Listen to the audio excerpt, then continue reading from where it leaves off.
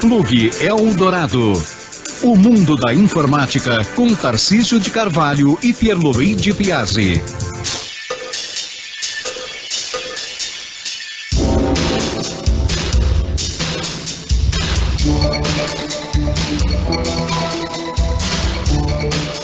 Olá a todos, está no ar mais um programa Plug Eldorado, aqui pela Rede Eldorado. Nesse caso, o número 249. Exatamente.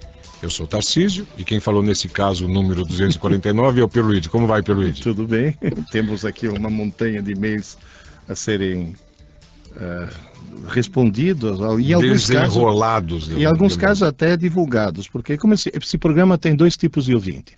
Tem aqueles que não entendem nada de computação, e acho que nós dois nos incluímos um pouco no processo, e tem uns caras que entendem muito de computação. Então o que acontece? Os que não entendem nada fazem pergunta. Nós respondemos muitas delas. As que não respondemos ficam no ar, aí quem entende muito de computação manda um e-mail dizendo, olha, aquele ouvinte que tem aquela dúvida é assim, assim, assado. Ou seja, uma espécie de fórum de informática pela rádio. Então, se você pertence a uma das duas categorias, ou se você simplesmente, alguém que não gosta de informática, mas quer conversar com a gente, manda um e-mail.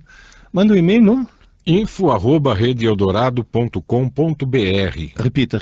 info@redeeldorado.com.br.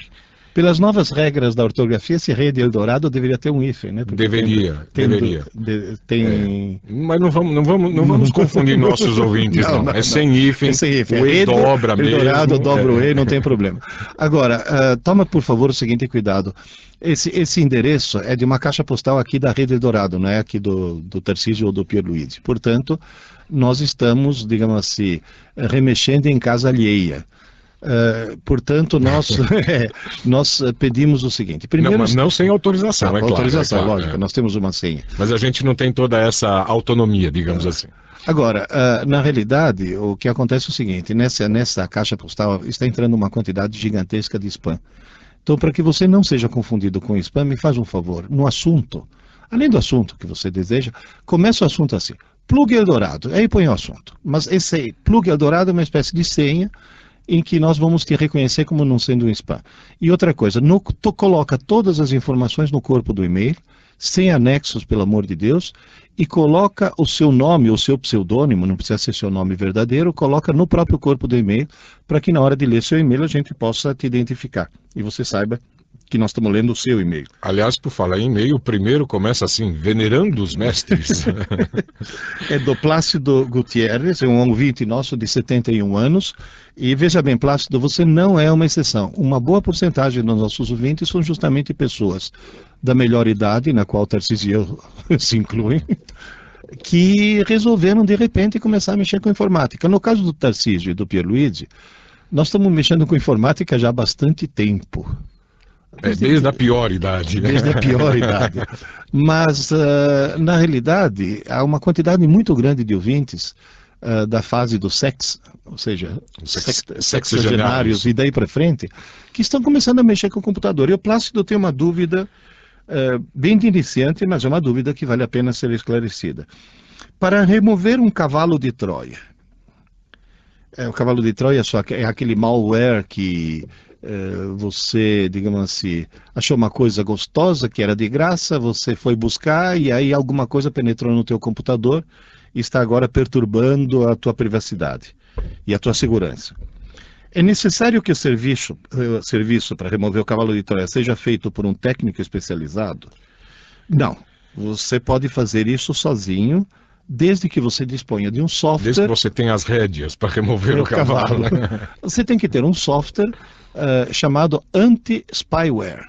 Exatamente. Anti-spyware, ou seja, anti-software espião. Anti-spyware, o cavalo de Troia é um espião. E o próprio software se encarrega disso. Agora, dois cuidados, Plácido. Primeiro, dê um jeito de obter esse software. Talvez até ele já exista no seu computador. Segundo lugar, lembre-se do seguinte, o software em si não faz milagre. Se você pegar um delegado de polícia, em cujo escritório não tem uma parede totalmente lotada de fotos de criminosos com escrito procura-se, esse cara não vai achar o criminoso. Então, na realidade, o que o software precisa fazer é acessar a internet, acessar o próprio site matriz do software, onde ele atualiza semanalmente, às vezes até diariamente, a lista dos bandidos. para saber justamente qual é o bandido que está no seu computador e poder eliminá-lo. Agora vamos lá. Plácido, se não houver nenhum anti-spyware no seu computador, a gente pode dar algumas sugestões, né? Você está pedindo até para responder por e-mail, fica um pouco complicado para a gente, mas se a gente respondesse pela rádio, coisa que nós estamos fazendo, tentar fazer isso da forma mais aritmética possível. Tá bom, então o que você tem que fazer efetivamente caso você não tenha um spyware instalado no seu computador? Bem, é baixar um da internet. Na própria internet você acha vários programas utilitários que servem para esse propósito. Um lugar bom para se achar isso é, por exemplo, o BaixaQi.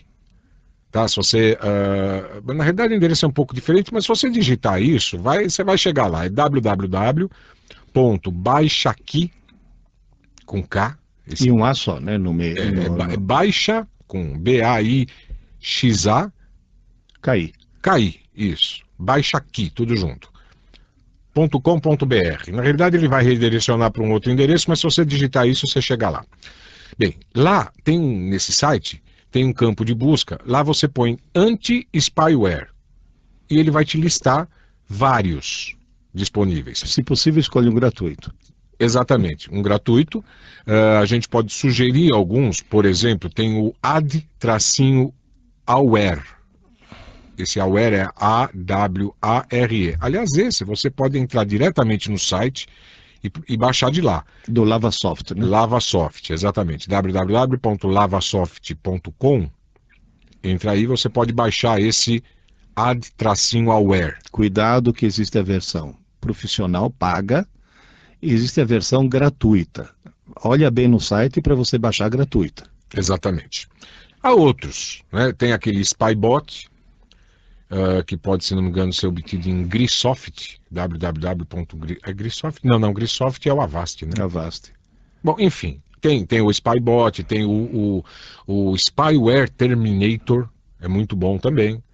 Tá? Mas olha, eu posso dizer tem uma vários coisa. deles. Eu uso o ad-aware. Então não vamos confundir a cabeça então, do Plácido. Faz uma coisa, Plácido, entra no www.lavasoft.com, procura lá na página o free, o gratuito, free, F-R-E-E, free. Aí você baixa o free, instala, a instalação vai fazer um monte de perguntas que você responde, e a primeira coisa que você vai fazer é atualizá-lo, não o software em si, mas a lista de bandidos. Tendo a lista de bandidos, você faz uma coisa, manda escanear. Cuidado que ele tem dois tipos de varredura do computador, uma rápida e uma completa. Eu na realidade, antes de pedir, quer dizer, até essa parte eu concordo perfeitamente, mas antes de falar para ele escanear, aqui, até para você ter uma chance maior de sucesso de remoção desse cavalo de Troia, tem muitos cavalos de Troia, pelo menos eu diria até a maioria deles, que quando infectam uma determinada máquina, eles ficam instalados na memória do computador.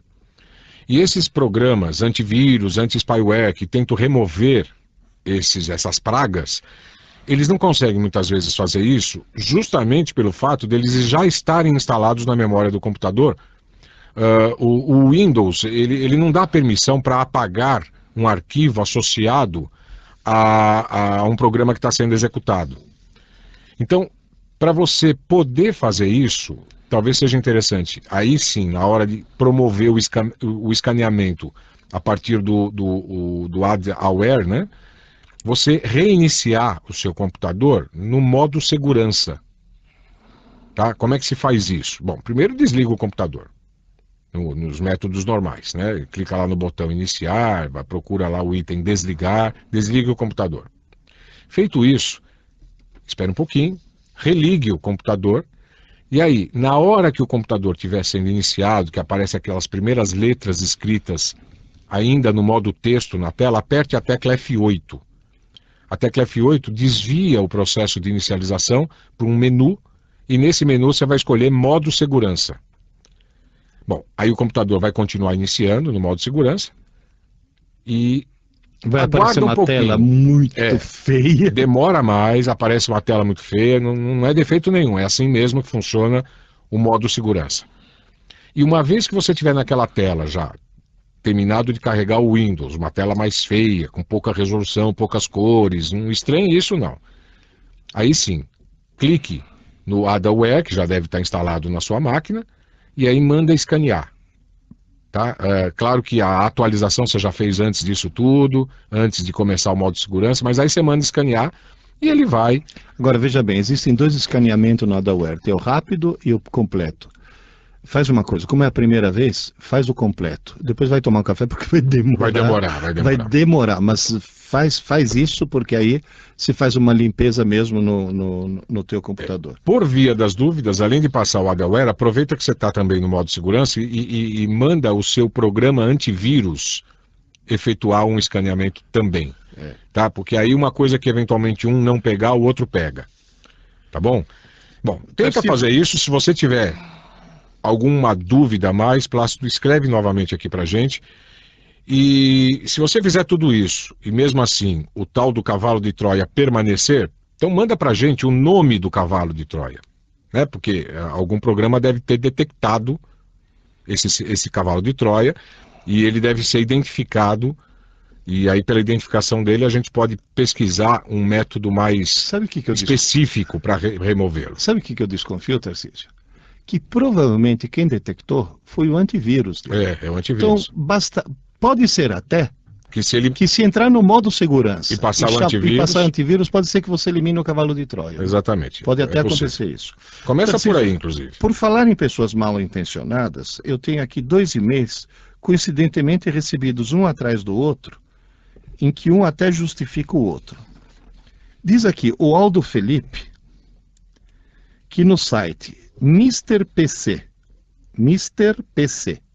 tudo junto, .wordpress.com, e aí vem uma data escrita assim, /2007, /09, /30, quer dizer, deve ser 30 de setembro de 2007. Uhum. Tem um software chamado File Recovery, ou seja, recuperador de arquivos, que permite recuperar arquivos que foram excluídos permanentemente do PC. Pausa. Tá. Por outro lado, o Dirceu Paulo Palazzetti me mandou um link e falou, olha, professor, e professor Tarcísio, dê uma lida nessa reportagem, porque é um negócio que pouca gente não percebeu. O que diz a reportagem? Quando você tem um computador velho, ele vai para a sucata. Nessa sucata está o HD.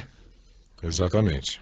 Esse HD, mesmo que você tenha limpado completamente e às vezes até reformatado, esse HD, para determinado software, como por exemplo esse File Recovery, ou até software mais sofisticados do que esse... No caso de formatação, precisaria até de um software mais sofisticado, mas existe. O que ele faz? Ele consegue recuperar, nem que seja de forma meio fragmentária, tipo patchwork, um pedacinho aqui, um pedacinho lá, ele consegue recuperar tudo que havia sido escrito naquele HD.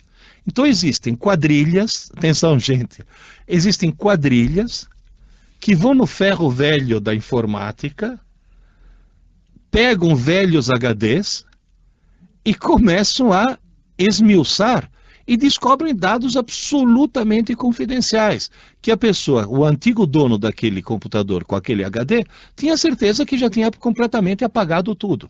Até o artigo diz o seguinte, quer se desfazer de um velho HD? Destrua, dê marteladas, arrebente com uma marreta, porque senão os teus dados podem ser encontrados. Diz que teve um caso até no artigo do sujeito que recebeu, sei lá, da Romênia, sei lá eu da onde, recebeu um e-mail com uma foto dele altamente confidencial, onde eu quero dizendo, olha, achei essa foto, achei os teus extratos bancários que são esse, tá tudo no HD que está comigo, se você quiser ele de volta, olha, é 100 euros.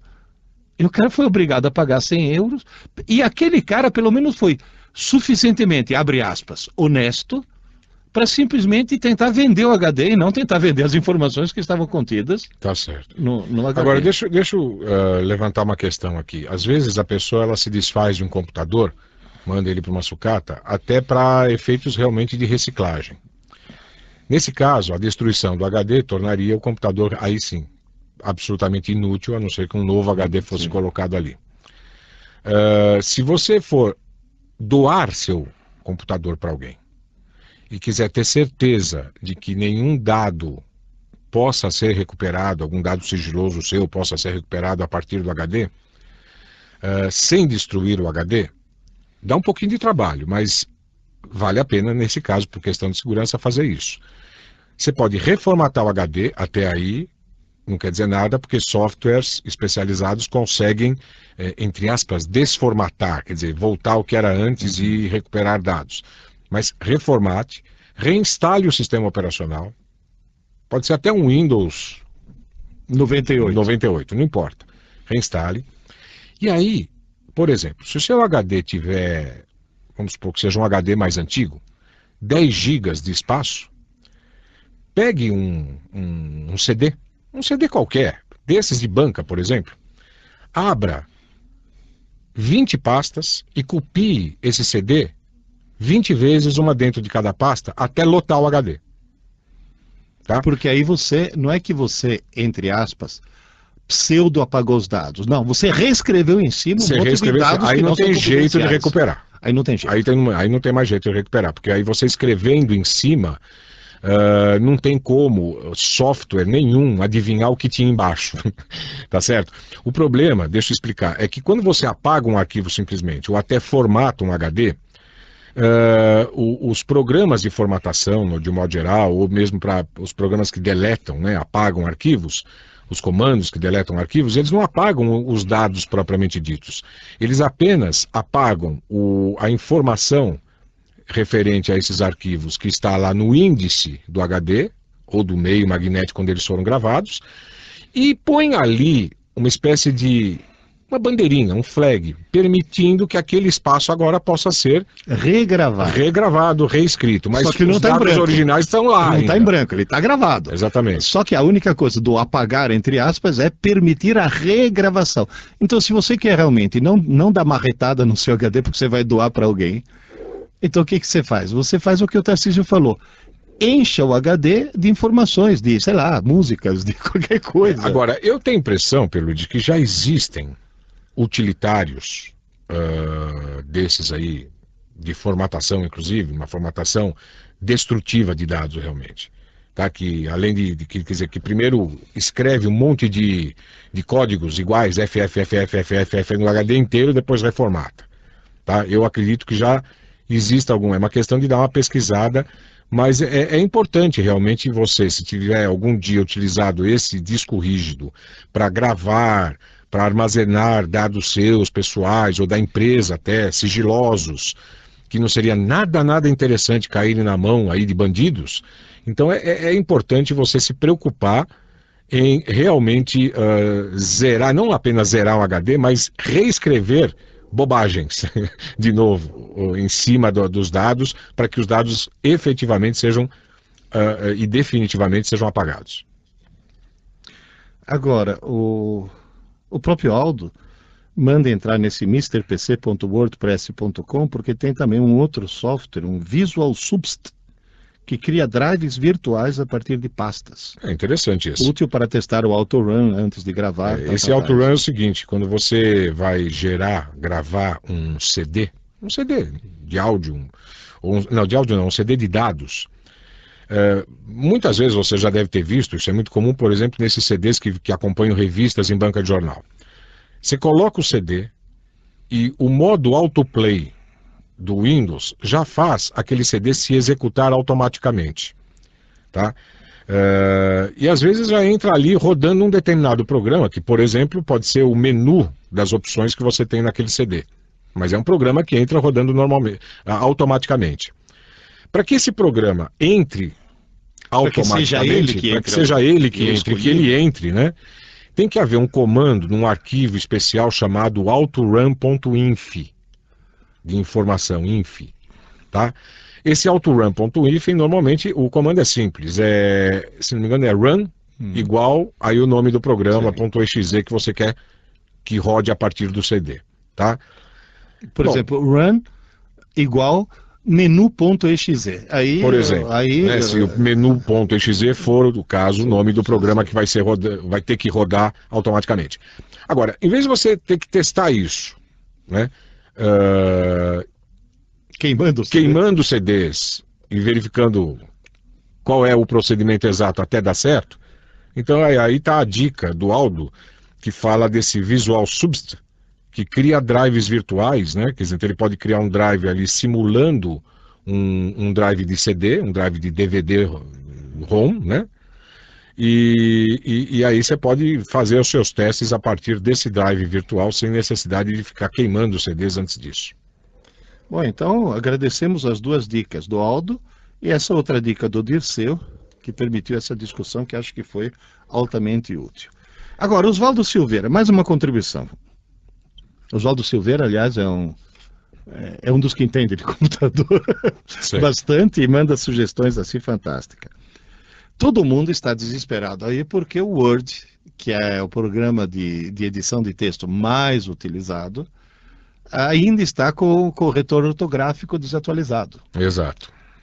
Até porque, né, a própria Academia Brasileira de Letras... Que está desatualizada. Ainda está desatualizada. Você sabe quantas palavras tem no português registradas? Ali no vocabulário ortográfico da língua portuguesa, o famoso VOLP, né, VOLP, eu cheguei a fazer uma estimativa. Não tem ali escrito quantas palavras, mas eu contei quantas tinham numa página, né, numa coluna, e aí multipliquei o número de páginas. Olha, a coisa passa de 300 mil.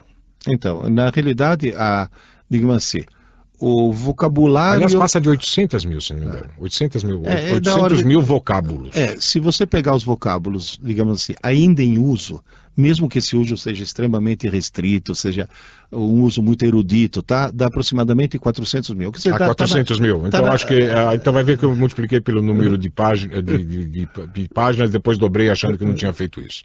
Não, na realidade dá mais ou menos 400 mil palavras. Agora, palavras em uso mesmo, quer dizer, mesmo com... Tá, são umas 40 mil. A língua portuguesa é muito rica. Agora, você sabe qual é o dado mais assustador? Qual é?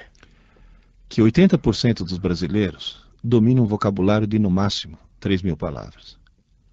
Esse é o dado mais assustador, é o dado mais trágico que nós temos. Quer dizer, nós não nos apossamos sequer de nosso próprio idioma.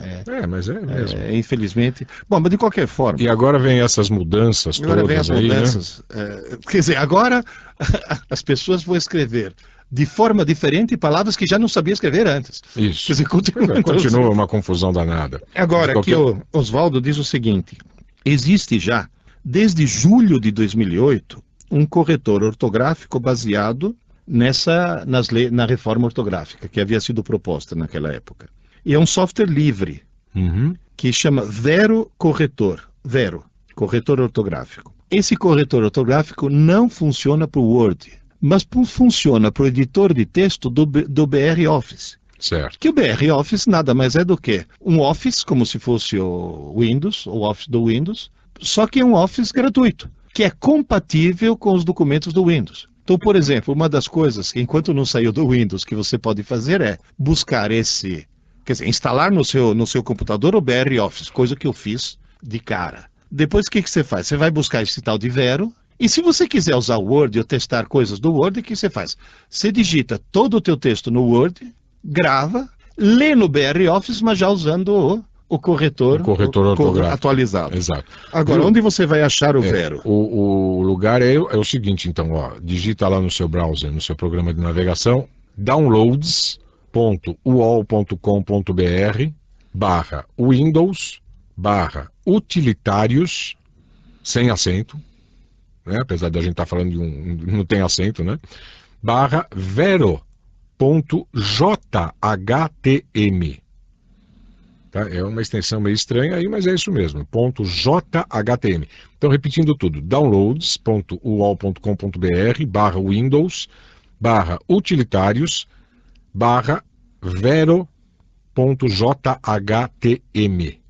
Agora, Tarcísio, você lembra para quem quer buscar o BR Office, onde que é mesmo? É broffice.org.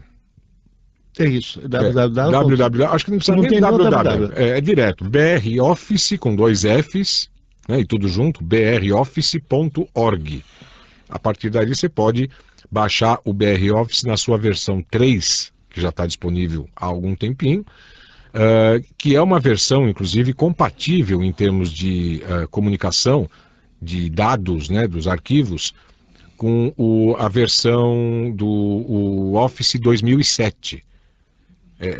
Para os ouvintes que não sabem, o Office 2007 da Microsoft, ele tem um modo, pelo menos no que diz respeito a documentos de texto e de planilhas, ele tem um modo próprio de gravação dos arquivos, que inclusive não é compatível com as próprias versões anteriores. A Microsoft consegue fazer isso. Ela lançou. Quem tem uma versão anterior, por exemplo, o Word 2003, o Office 2003, e quiser abrir um documento que foi gerado nesse novo formato pelo Office 2007, você pode entrar no site da Microsoft e baixar gratuitamente um conversor. Né? Na verdade, esse conversor, na hora que você instala, dá-se a impressão de que ele não fez nada. Você vai falar, mas cadê o link para ele? Cadê o programinha que vai fazer a conversão? Não, ele realmente, pelo menos de forma transparente para o usuário, não faz nada. O que ele faz é o seguinte, na hora que você for abrir o programa, ou melhor, o arquivo que foi gerado pelo 2007 a partir do 2003, após ter instalado esse conversor, o 2003 consegue abrir. E mais, na hora de salvar, você pode dar o salvar como e escolher naquelas opções de formato, o formato Word 2007. Então ele passa a ser compatível com esse novo formato. E uma última observação, cuidado que se você começar a usar o BR Office, ele grava os documentos num formato próprio, que depois o Office do Windows não consegue ler. Então tem que dar um salvar como, né? Então você tem que dar o salvar como e escolher lá a versão de Windows que você quer que seja, que aquele documento seja lido posteriormente. Tá bom, vamos falar um pouquinho mais sobre isso daqui a pouco, mas antes vamos fazer um intervalinho, segura aí, a gente volta já já com o segundo bloco do programa de hoje.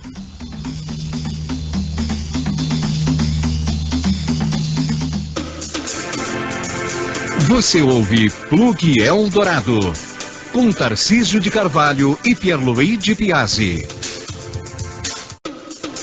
Agora na Eldorado, Infodrops com Tarcísio de Carvalho e Pierluigi Piazzi. Os nossos sentidos são os instrumentos de que dispomos para perceber o mundo ao nosso redor. No entanto, eles podem facilmente nos enganar. Talvez o sentido que nos pregue mais peças seja o da visão. Se você não acredita, então visite a página Online Exhibit do site Exploratório. Lá você vai encontrar vários desafios para os seus sentidos. Linhas retas que parecem tortas, círculos de mesmo tamanho que parecem diferentes, o pássaro que entra na gaiola. São inúmeros desafios que deixarão você muito intrigado. O Exploratório é uma entidade educacional americana que há muitos anos desafia seus visitantes com as maravilhas da ciência. Agora você pode visitá-la e interagir com os experimentos lá disponíveis sem precisar viajar para São Francisco, nos Estados Unidos. Para encontrar um link direto para esse site maravilhoso, basta entrar em www.intermatica.org e procurar Infodrop número 910. Tarcísio de Carvalho e Pierluigi Piazzi para o Infodrops da Rede Eldorado. Infodrops na Eldorado. Estamos praticamente entrando nas férias escolares e a criançada fica um pouco agitada quando fica presa dentro de casa. É claro que existem diversos passatempos fora de casa para a criançada, mas sabe, aquele dia de chuva, não tem para onde levar os seus filhos, você pode acessar um site bastante interessante. É o Divertudo.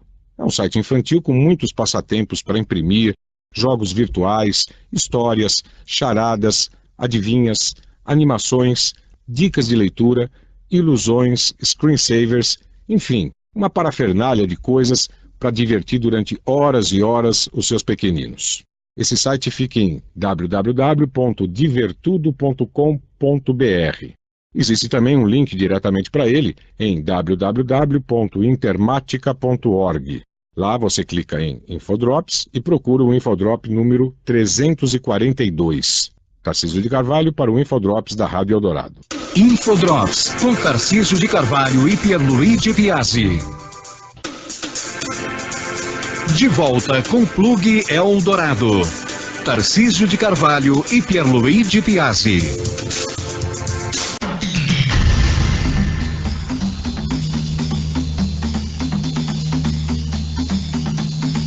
estamos de volta agora com o segundo bloco do programa Plug Eldorado de hoje, esse é o de número 249. Lembrando mais uma vez que se você é ouvinte desse programa e tem dúvidas como lidar aí com problemas que você está enfrentando com o seu computador, ou então tem até uma dica para compartilhar com a gente, com os demais ouvintes, você pode utilizar o nosso meio oficial de comunicação, que é o endereço de e-mail info@redeeldorado.com.br. Insisto, tome cuidado de no assunto sempre colocar as duas primeiras palavras, Plug Eldorado. Aí a gente sabe que você não é spammer. Então, e lembrando que esse Rede Eldorado é tudo junto, né? E a letra E acaba se dobrando. E a revelia da nova ortografia não há hífen aí não, ficam as duas vogais duplicadas, E e E, aliás, seguidas uma da outra. Nos tá? endereços da internet não tem ortografia nenhuma. Agora... e um detalhe, a gente estava falando do Vero corretor ortográfico gratuito, né, que funciona para o BR Office, e tem muita gente perguntando quando é que vai vir o da Microsoft Word, né, do Microsoft Office. Provavelmente eles devem lançar quando eles estiverem já com o vocabulário... O dicionário o vocabulário ortográfico da língua portuguesa totalmente disponível, né? Aliás, se você, ouvinte, quiser, aproveitando esse assunto, acessar o vocabulário ortográfico da língua portuguesa, ele existe online na internet para efetuar-se pesquisas com relação à grafia dos vocábulos da língua portuguesa. Atenção, só grafia. Tá? Ele não é um dicionário, ele não vai dar os sinônimos ou o significado dos vocábulos. Ele apenas vai constar ou não, né? vai fazer constar ou não um determinado vocábulo que você grafou de uma determinada forma. Tá? E para você poder acessar online esse vocabulário ortográfico, basta entrar no site da Academia Brasileira de Letras. Eu não lembro exatamente qual é o entra no Google, escreva Academia Brasileira de Letras. Isso, entra no Google, escreva Academia Brasileira de Letras e provavelmente o primeiro link que vai aparecer da tua pesquisa vai ser o site ao qual estou me referindo. Tá? Aí entrando nesse site, procure ali pesquisar vocábulos ou coisa parecida, que ele já vai abrir uma página na qual você pode digitar total ou parcialmente uma palavra, e ele vai te dar a lista daquelas palavras que tem aquela grafia parcial, por exemplo. Muito bom para fazer palavras cruzadas. É ótimo, parece cada palavra lá que a gente não tem a menor noção que existisse, não tinha a menor noção que existisse na língua portuguesa. Agora, aqui o professor Julião. O professor Julião é da cidade de Ipiranga, lá no estado do Paraná. Ele descobriu um site muito bom para escutar músicas online. E até para fazer um canal particular de música. É gratuito e vale a pena. Caboing. Caboing. É um K, depois seguido da letra Boing, ou melhor, da palavra Boing. B-O-I-N-G. Caboing. Né? Esse Caboing me lembra o Cabong, do Pepe Legar. Lembra do Pepe Legar? Que tinha aquele burrito, aquele burrito mexicano, o catatal. Não era catatal. Não era catatal. Tinha o Pepe Legar, que era auxiliado por... E ele falava, a arma dele era um violão, porque ele se disfarçava de um justiceiro mascarado, mas que não usava nem espada, nem arma de fogo nenhuma. Ele tinha um violão que ele batia na cabeça dos vilões, e toda vez que ele batia, ele dava um cabong. Esse cabong me lembrou isso. Então é www.kboing.com.br. É a coisa mais fácil. Obrigado, professor Julião. Ele dá aula de matemática, ô Julião, que Deus tenha piedade de sua alma, porque olha, quem dá aula de matemática nesse país realmente está destinado a sofrer, né? Por falar nisso, Pierluigi, eu queria aproveitar, até já está reservado aqui para um infodrop. Esse do Julião, eu acho que poderá tranquilamente se transformar no infodrop, mas um que já está aí no ar, né? É um infodrop referente a um site que se chama Best Songs Ever. Best Songs Ever. Melhores canções de todos os tempos. Melhores canções de todos os tempos.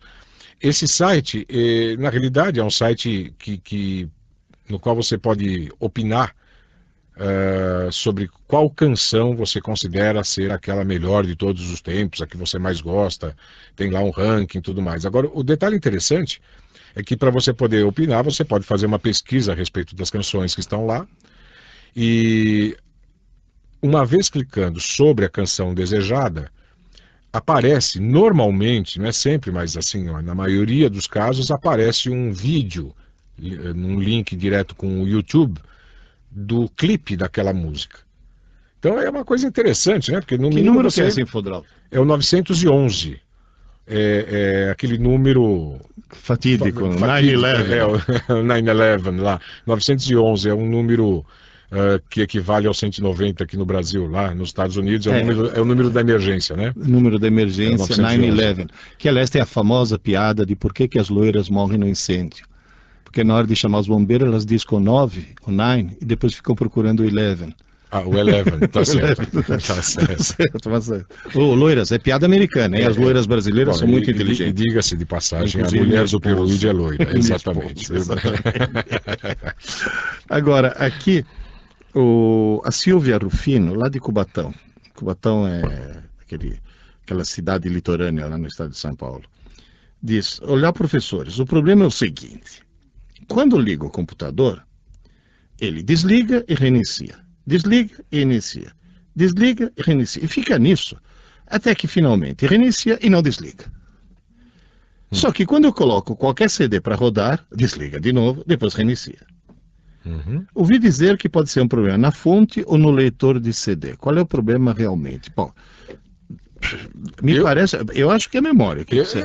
Não, pode ser isso mesmo, porque diz que ela se coloca depois que o computador está ligado, né? Depois que ele pegou no tranco, depois de várias tentativas. Agora, em primeiro lugar, por que ele pega no tranco? Esse que é um grande problema. Porque não é só problema se fosse só leitor de CD, o drama aconteceria apenas na hora que ela coloca o CD. Eu tenho a impressão que pode ser um problema na fonte, um problema no leitor de CD, ou um problema de memória também. Não se descarta a possibilidade de haver um banco de memória defeituoso, e na hora que a memória ou esse banco é checado no processo de inicialização do computador, o defeito provoca a reinicialização dele, tá? Agora, tem uma hora que ele acaba pegando, por quê? Porque a leitura de uma memória que está apresentando falha de leitura, nem sempre acontece essa falha. Às vezes, mesmo uma memória que está dando erro de leitura, pode acontecer numa dessas vezes que o computador consiga ler, que o processador consiga ler, e aí ele toca em frente. Agora, isso é apenas uma coisa casual. Aí a hora que você coloca, por exemplo, o CD, é estranho o fato de colocar o CD e isso acontecer, porque isso poderia acontecer também na hora que você tenta rodar algum aplicativo mais pesado. Daí confirmaria a hipótese de ser realmente um problema de memória. E a fonte? A fonte, ela pode estar com problema realmente de não fornecer ou não estar fornecendo a atenção adequada. Cubatão é 220? Eu acho que é. Santos é 220. Né? Pode ser que seja algum problema relativo com a tensão local, que não está adequada. Enfim, precisa dar uma checada na fonte. Eu acho que o mais provável é que seja a fonte, não o CD. Agora, você vai, então por que quando eu coloco o CD dá problema? Por quê? Porque na hora que você coloca o CD e ele começa a rodar, ele exige mais energia da fonte. E aí, entre aspas, a tensão, né, a voltagem, falando em português claro aí para você, que deveria chegar ali para alimentar o processador, baixa, né, e a hora que não tem essa voltagem adequada, ela fica muito baixa, o computador se reinicia sozinho, como se tivesse puxado da tomada, entre aspas. Tá? Então é bem provável que seja um problema de fonte. Um técnico de informática, ele pode facilmente checar se a fonte está dando conta ou não do seu computador, do que ele está. Porque pode ser na realidade dois problemas. Pode ser a fonte interna do computador, ou pode ser o regulador de voltagem. Pode ser até o regulador de voltagem, né? Que de repente pode estar abrindo o bico ali. Imagino que ela tem um regulador de voltagem. Então faz o seguinte, Silvia. Primeiro, troque o regulador de voltagem. Mude pede emprestado de alguém. Troca assim, não precisa comprar outro. Pega emprestado um só para testar. Se o problema parar, acabou, você já cercou. Aí é só comprar um novo regulador de voltagem. né, um estabilizador, aquele famoso estabilizador, onde você liga lá todo mundo, computador, monitor, impressora, liga todo mundo lá. Então, troque o estabilizador, talvez ele não esteja dando conta, esteja apresentando defeito, tá? Agora, se não for isso, se você com outro estabilizador perceber que o problema persiste, aí pula para a etapa seguinte, que é o quê? A fonte do próprio computador. Ela pode estar defeituosa. Aí um técnico vai saber dizer isso. Tem lá as tensões certas, 5 volts, 12 volts, dependendo do local, que a fonte tem que fornecer para a placa-mãe ou para CD, enfim, tá? Funcionarem. Bom, não sendo a fonte, quer dizer, se o técnico lá, com o seu multímetro, medir as tensões de saída da fonte e checar que estão todas ok, bem, então aí já você pode pular para a etapa seguinte, que é o CD. Aí talvez o CD esteja apresentando defeito. Né, algum curto, gerando uma sobretensão na hora que ele funciona, enfim. E por que isso acontece na hora que você liga o computador? Porque o CD, na hora que você liga o computador, ele é acionado. Ele vai ver se existe um boot no CD. Aliás, uma outra forma de checar isso, para ver se esse problema acaba, pelo menos na inicialização, na partida, é entrar no setup do computador e lá desativar o boot de CD. Né? Porque aí, pelo menos na hora que você ligar o computador, ele não vai ligar o CD para descobrir se tem uma unidade, se existe um CD propriamente dito inserido na unidade. E aí, se o computador iniciar normalmente, sem essa palhaçada de ficar ligando e desligando, aí provavelmente você já cercou o problema é o CD mesmo. Então, veja, há vários testes que você pode fazer. Nesse momento, eu estou olhando para o Tarcísio, imaginando um médico. O Dr. House, não tem aquele seriado do Dr. House tentando fazer o chamado diagnóstico diferencial. Exatamente, mas tenta fazer isso, quer dizer, para cercar o problema do estabilizador, peça um novo, um emprestado. Cheque, se o problema persistir, pronto, você já descartou um problema, não é estabilizador de voltagem. Aí checa o CD. Aí desliga do setup o problema do CD. Se o computador iniciar novamente, normalmente, sem desligar, durante esse processo de tentativa de ligá-lo, então você já matou o problema também, é o CD, tá certo? Agora, se nada disso acontecer, aí pode ser a memória ou a fonte interna do computador. Tarcísio, nós temos mais uma dúvida aqui. Para mim, inusitada, você talvez já tenha visto esse problema. Celso Luiz, ele diz o seguinte: considera excelente o programa dos senhores. Puxa, é você, Celso? Ele que gosta da gente. E gostaria que me respondesse a seguinte questão. Eu sempre mando e-mails ao meu irmão e ele sistematicamente os devolve com a seguinte observação: o e-mail veio em DAT, D.A.T. e não consegui abrir. Aí eu mando os mesmos e-mails a outras pessoas e elas abrem sem problema. Onde está o problema? Ué, no seu irmão. Tá lá, em quem manda. Não, veja bem, não é no seu irmão, no computador do seu irmão. Deve ter, quer dizer, deve ter alguma configuração no computador do seu irmão ou no software cliente. Provavelmente no software cliente, né? Que o seu irmão não deve usar uma conta de e-mail do tipo webmail, daquelas que você gerencia a partir de uma página da internet, como, por exemplo, acontece com o Gmail, e a grande maioria desses provedores de e-mail hoje está trabalhando nessa interface, que é diretamente do browser, né? Quer dizer, o próprio browser, o próprio programa de navegação, já é o programa cliente para tudo, né? Não só para navegar na internet, como para entrar na página que permite, entrando, claro, o login e a senha, você gerenciar a sua conta de e-mail. Então, seu irmão provavelmente não deve estar usando um gerenciador de e-mail dessa natureza, de webmail. Ele deve estar utilizando um tipo Outlook Eudora, Express, Eudora, um desses programas específicos. Como chamado Firefox? Thunderbird. Thunderbird. Isso. Então, é um desses programas específicos que gerenciam contas de e-mail. E aí, precisaria pedir para o teu irmão dar uma checada junto às configurações do software dele, como é que os e-mails estão programados para serem enviados. Se não me engano, esse DAT é um formato específico do Outlook Express. É uma espécie de formato compactado. Vem um arquivo que, na realidade, é todo o conteúdo do e-mail, só que blocado num arquivo único. Tá? Então, quem tem o Outlook Express para abrir aquilo, abre normalmente, sem problema nenhum. Quem não tem, passa por problemas parecidos com esse que o Celso Luiz está passando. Coisa estranha. Então tem que ver lá no computador do irmão dele.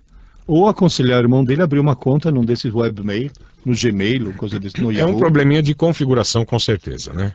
Isso não há dúvida.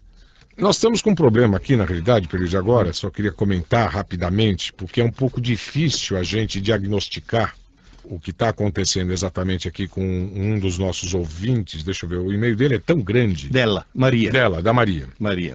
Então, a Maria, nossa fiel ouvinte, segundo ela própria, ela nos mandou... Desde quando você sozinho, sem o Pierluigi do lado, estava ainda na outra emissora, então, fazendo o programa? Ela nos manda aqui, ela está tendo o seguinte problema, basicamente. Ela não consegue gravar nada nos CDs dela. Nada. Então ela tem uma unidade de CDs, né, de gravação de CDs, e ela não está conseguindo gravar. Como assim? Ela diz que tenta gravar um CD e dá uma mensagem Buffer Underrun Protection ativado, ou falta de média. Não, média não é porque ela enfia lá o... Falta de mídia, né, no caso, falta de média, seria você tentar gravar um CD e não colocar nenhum CD gravável na unidade de CD, na gavetinha. Isso, pelo visto, não é. Foram utilizados vários CDs novos e diz ela que nada resolveu. Então, muito provavelmente, a primeira parte da mensagem deve ser a verdadeira. Buffer Underrun Protection Activated, né? Ou Activated, sei lá como é que se fala isso. De qualquer forma, aí ela manda um imenso relatório contando um monte de coisas técnicas e mensagens. Eu acho que ela mandou detalhar, né? Pedir porque quando aparece uma dessas mensagens de erro no Windows, normalmente tem um botão de abrir detalhes. Aí você abre os detalhes, vem aquelas coisas imensas, né, que se referem àquela mensagem de erro. Todas elas de teor técnico, que normalmente é apenas um técnico realmente de informática e que bolou os programas controladores aí, acaba entendendo, tá? Agora, dando uma olhada por alto, assim, bem por alto, viu? Porque são muitos detalhes. Lá no finalzinho aparece alguma coisa referente aos registros do Windows. O finalzinho da sua mensagem, tá? Da mensagem de erro aí, viu, Maria? Dá uma procurada lá. Na realidade, acho que a última coisa é HKLM, que é se não me engano, são as letras referentes a Hotkey Local Machine, tá? Que é uma chave do Windows, é uma pasta de chaves do Windows, /software, /invertida Microsoft, /invertido Windows, Windows NT, aliás, /current version, /winlogon, e aí vem o detalhe, allocate CD-ROMs 2.0. Ou seja, tudo leva a crer, pelo teor desse relatório, pelo menos desse item do relatório, que lá no registro do Windows, por algum motivo estranho, nenhuma unidade de CD-ROM está alocada para a máquina, tá? Aparentemente é isso. Então, o que você pode fazer, ou tentar fazer, se não der certo, você volta o que era. Entra no registro do Windows, vai lá, regedit, vai no executar, regedit, R-E-G-E-D-I-T, regedit. A hora que você executar, der o OK, o abrir esse regedit, vai aparecer uma tela até meio parecida com a do Windows Explorer. Só que você não vai ver os arquivos, você vai ver as chamadas chaves do Windows. Procure a chave Hotkey Local Machine. Né? Você vai ver que tem umas 5 chaves. Uma delas se chama HK Local Machine. Tá? HKey Local Machine. Abra, né? Clicando naquele xizinho, abra. Aí vai ter um monte de outras pastas, entre aspas. Uma delas se chama Software. É só seguir o teor da sua mensagem mesmo. Ó, a palavra seguinte, software. Abra essa software. Aí procure uma que se chama Microsoft. Abra Microsoft. Depois vai em Windows NT. Finalmente em Current Version e depois em WinLogon. Tá? Em WinLogon, aí você olha para o lado direito. Você vai ver que tem vários registros. Um deles é o Allocate CD-ROM 2.0. É o Allocate CD-ROM.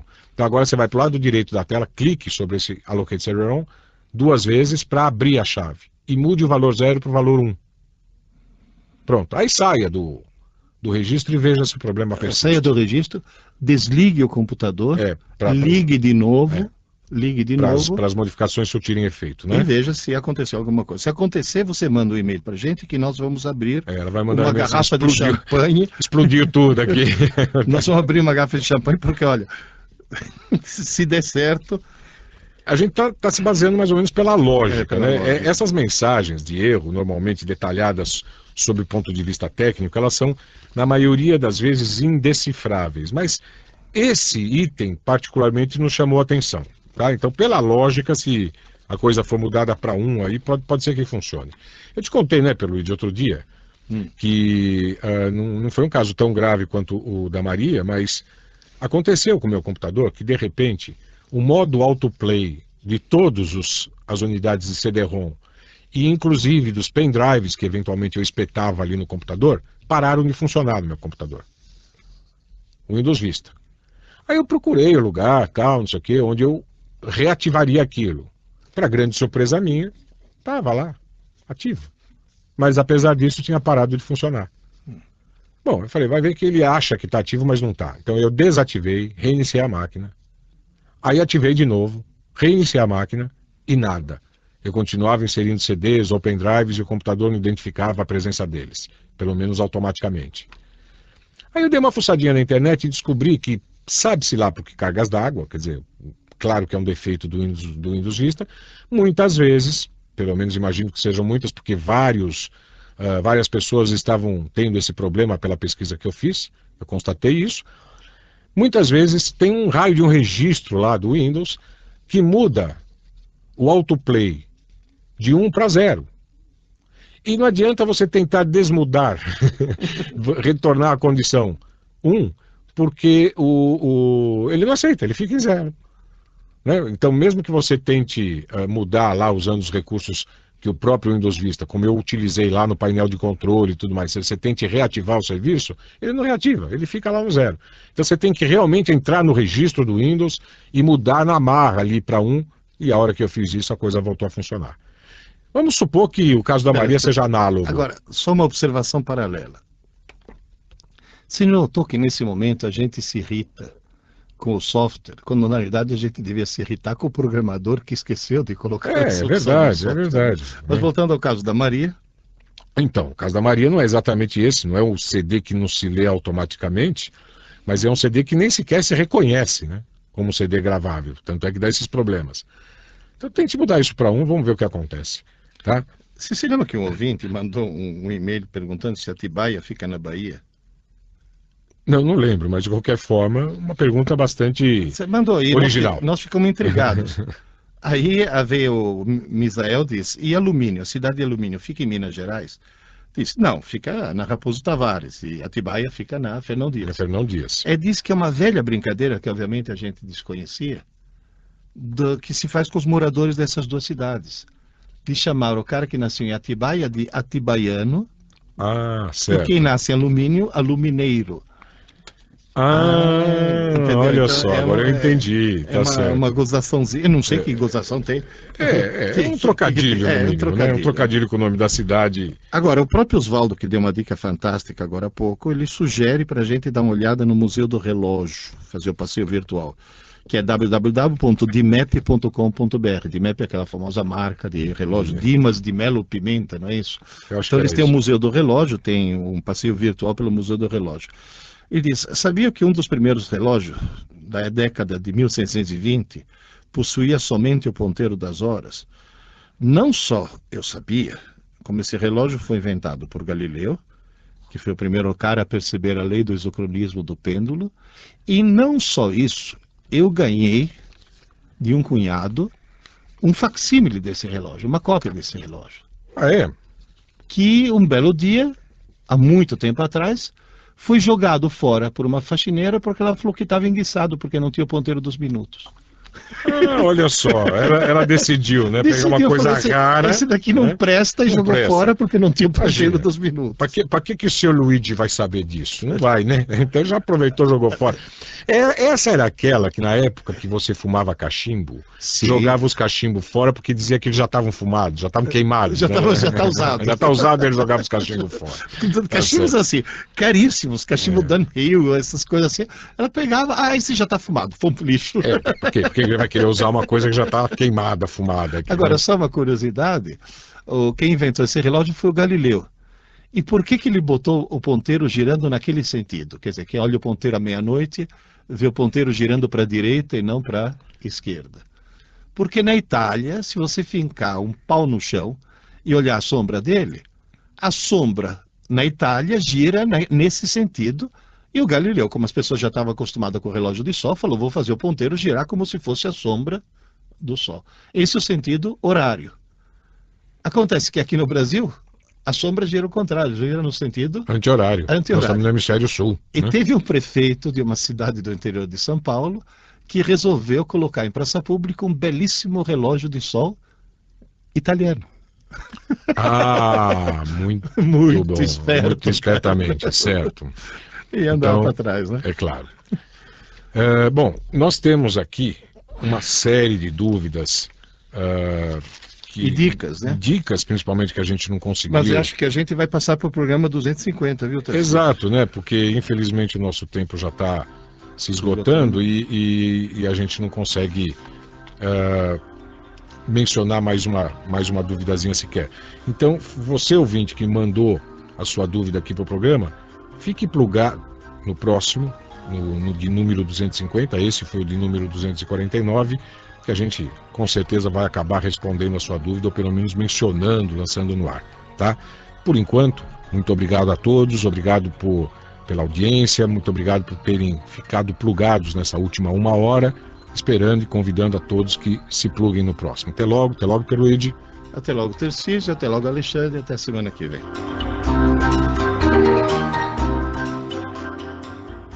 Plug Eldorado, os desafios da informática com Tarcísio de Carvalho e Pierluigi Piazzi.